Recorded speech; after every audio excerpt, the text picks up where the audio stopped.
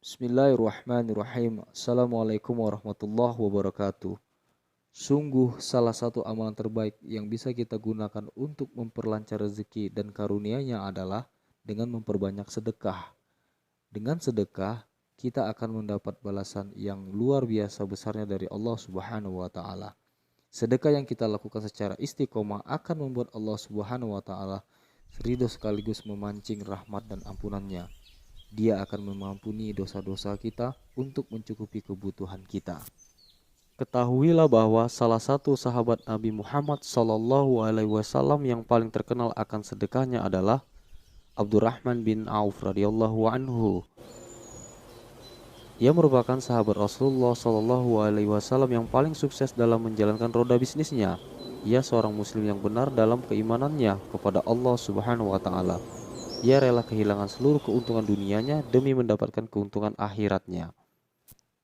Tampillah Abdurrahman bin Auf radhiyallahu anhu di setiap lahan kompetisi dengan sedekah terbaiknya sebagai bukti kiprahnya dalam jihad harta. Tak heran jika Rasulullah SAW mengabarkan bahwa seseorang kaya raya yang masuk surga tanpa hisab lantaran sedekahnya adalah Abdurrahman bin Auf radhiyallahu anhu. Allahu Akbar. Sahabat yang dikaruniai oleh Allah Subhanahu wa taala. Memberi adalah kemuliaan sejati. Memberi merupakan bentuk rasa sayang dan penghormatan pada orang lain. Dan memberi merupakan kebaikan yang sangat diperhatikan dan dianjurkan oleh Allah Subhanahu wa taala. Allah Subhanahu wa taala berfirman dalam Al-Qur'an surat At-Talaq ayat 7.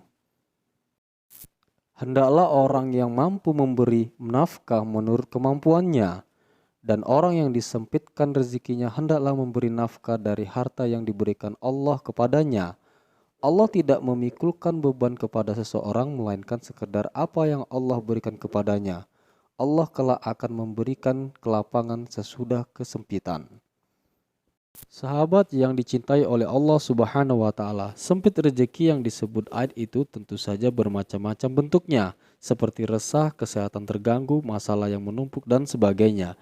Dan ayat tadi jelas menyatakan jika selama ini kita merasa bahwa rezeki kita sempit dan kesulitan terus melanda, maka kuncinya adalah sedekah. Bukalah, luaskanlah, lapangkanlah rezeki kita dengan bersedekah. Jangan malah kita tahan harta kita ibarat menggenggam pasir lautan di tangan kita. Semakin kita genggam maka malah semakin habis ia dari genggaman kita lantaran tumpah dari sela-sela jari tangan. Dengan bersedekah banyak manfaat yang kita peroleh. Sedekah akan mendekatkan diri kita kepada kebaikan terhadap perintah Allah Subhanahu wa taala dan Rasul-Nya. Bahkan kebaikan tersebut akan lebih terasa dalam hubungan sosial dan bermasyarakat. Yang kuat menolong yang lemah, yang kaya menyantuni yang miskin. Hal ini karena sedekah mempererat silaturahmi. Sedekah menjadi ladang terindah untuk berbagai manfaat dan mempertajam rasa empati. Selain itu, sedekah akan menyelamatkan diri kita dari siksa api neraka.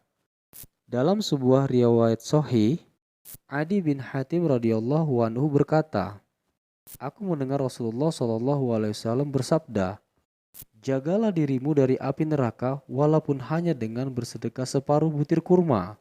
Hadis riwayat Bukhari. Sahabat yang dikaruniai Allah Subhanahu wa taala. Allah berfirman dalam surat Al-Baqarah ayat 261.